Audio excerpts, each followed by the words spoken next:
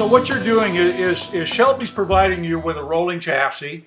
It's been modified, obviously, to accept your I think what you've got, 3 battery packs, if I read correctly, That's 2 in the right. front, 1 in the rear. You've got what, twin axial motors, electric motors up front, which what are those are driving? Maybe give me a little bit of a sense of sort of the mechanics here. Yeah, And then I want you to talk about what's kind of your long range strategy. Where do you see this? How many 500,000 cars can you build and still be an interesting company? 5 years from now. sure. So in terms of the layout of the car, you did your homework. It's exactly right. There's 3 battery packs. We have 2 motors that are running in series with one another that Okay. power actually a standard rear differential. We wanted to keep a very traditional Okay. layout in this car. So the drivetrain itself is actually somewhat conventional, but the motors are obviously incredibly high torque and almost instantaneous in their response. All right. So we mount that mass as low as we possibly can. We have a CG in the car that's pretty close to a new Corvette. So in terms Okay. of cars, it's quite low, and that allows it to handle. We have partnerships with people like Delphi and Brembo that allow us to put really, really high quality components for braking and electronic systems in the car.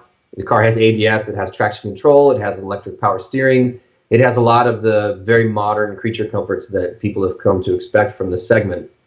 And it means that the car handles quite well, and it gives you a lot of confidence driving on the street or on the track. All right. What was the second question? Well, I was going to ask you about the long term Ah, prospects here, but let's pick that up in just a minute because I want to sort of follow sure. up on the description here. One of the things that obviously you will have to do at some point is crash test. I think the Federal Highway Traffic Safety Administration gives you X number of vehicles you can build, before you have to start going through the, crash certification, things like that. So, what are your thoughts on that? Where are you going with that? So one of the big questions will be, do we get to enough volume in this car that's necessary? And that's not entirely clear to us. I think there's a good chance that we won't.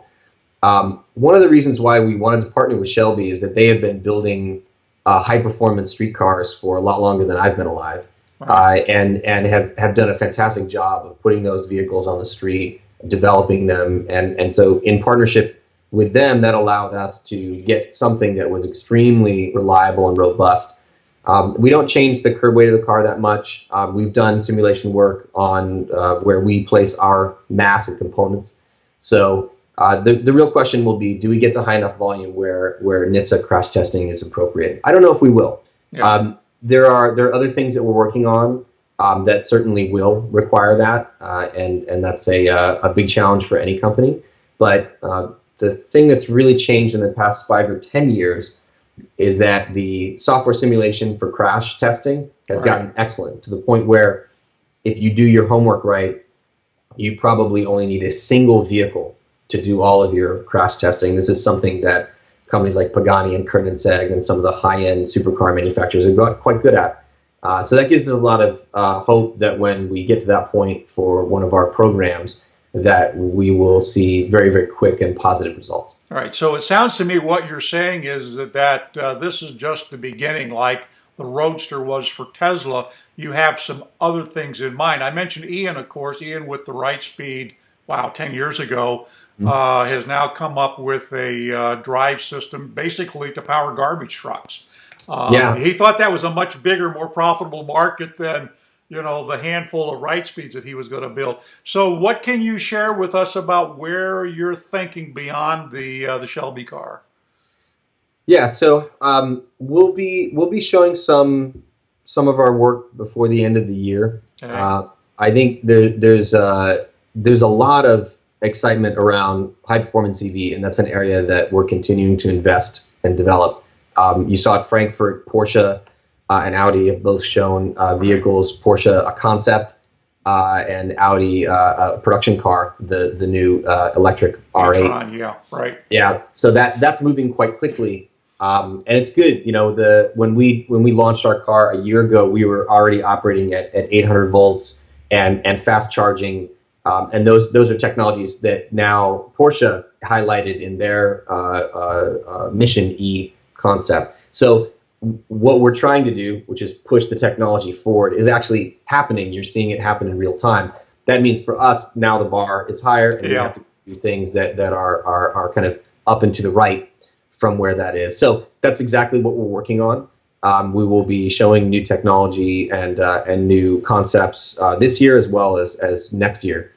The other part of the business that's quite interesting to us is that when we launched in 2014, we had a lot of inbound interest to us, people calling us and saying, "How did you do that?" And moreover, "How did you do that with a Silicon Valley team? And we'd never heard of you guys before," and just kind of came out of left field. So that's been quite interesting because there are a lot of opportunities for the technology that we've developed, our platform, which we've shown in the Coupe, to work with other companies. And so we're exploring that quite aggressively. And I think you'll see us partnering with people as well. Like we said, our goal is not necessarily to buy a factory. Sorry, still there, Bill? Yeah, go ahead. That was the wife calling. I'll have to call her back. Go ahead. We're not looking to build a giant factory in Fremont and invest in huge robotic systems to build cars.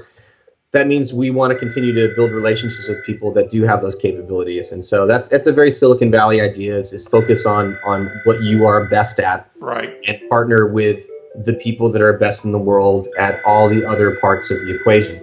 Okay, so can I hold you just a minute? That's definitely in our future. So you're looking at other products that you're going to roll out then basically concepts of, it sounds to me like possible licensing opportunities for your technology. Is that what I hear?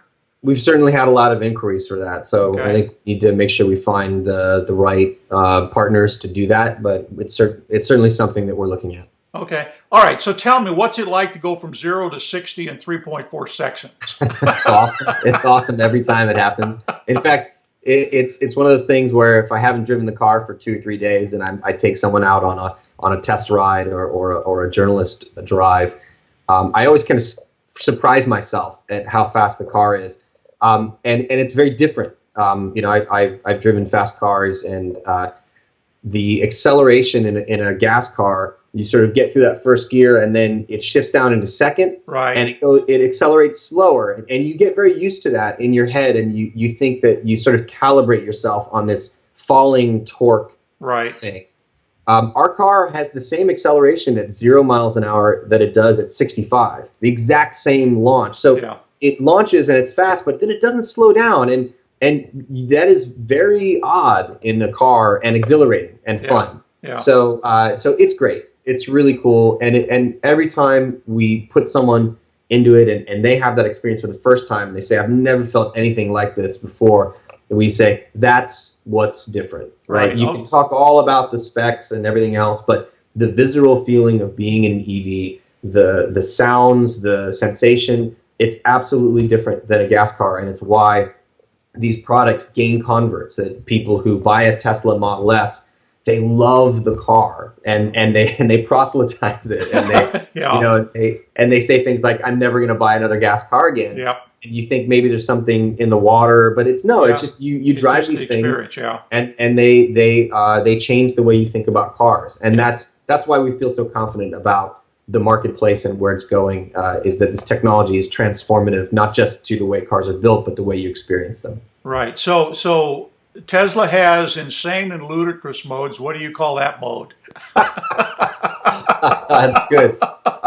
We actually call it normal mode because we can't do anything else on our car that absolutely as fast as it will go. Yeah, great. So are you looking for any additional investors? In the Silicon Valley, you're always looking for capital partners, but at this point, we are in a build phase. So when we hit the next milestones for us and demonstrate those publicly, that'll be a trigger for us to go and raise money. The good news is that there's enough opportunities out there for us, both producing products as well as partnering with people, that we just need to pick the right ones that are going to get us to scale as quickly as possible. Right. You mentioned earlier in your questions, how do you go from a $500,000 a car company to something that scales? And that's something that every Silicon Valley company needs to think about pretty much all the time, and Right. we do. Right. So for us, investment is about expansion, it's about hiring, it's about moving to bigger facilities. That's something we'll be doing soon. But for now, we're very much in a build and demonstrate mode. Right. How many cars do you have at this point, and are you accepting any orders at this point, any pre-orders? Actually, we're sold out on the okay. car. So there's been some interest to do a second production run. We're talking to people about that. So what was the size of the first run? What's that? What was the size of the first run that sold out?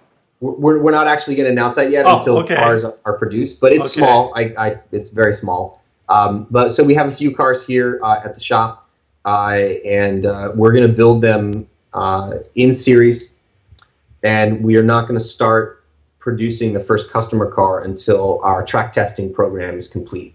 Okay. So we're working with a number of companies to help us with that. In fact, Dallara, who's one of the largest race car manufacturers in the world, is helping us with our suspension and brake tuning of the car. Okay. We log a lot of miles at the track. We want this to be a very fast and very sure-footed car. So when we are satisfied that we've hit that mark, then we'll begin work on the first production car. Okay, very cool. So you anticipate possible delivery to the first customer 2017, 18?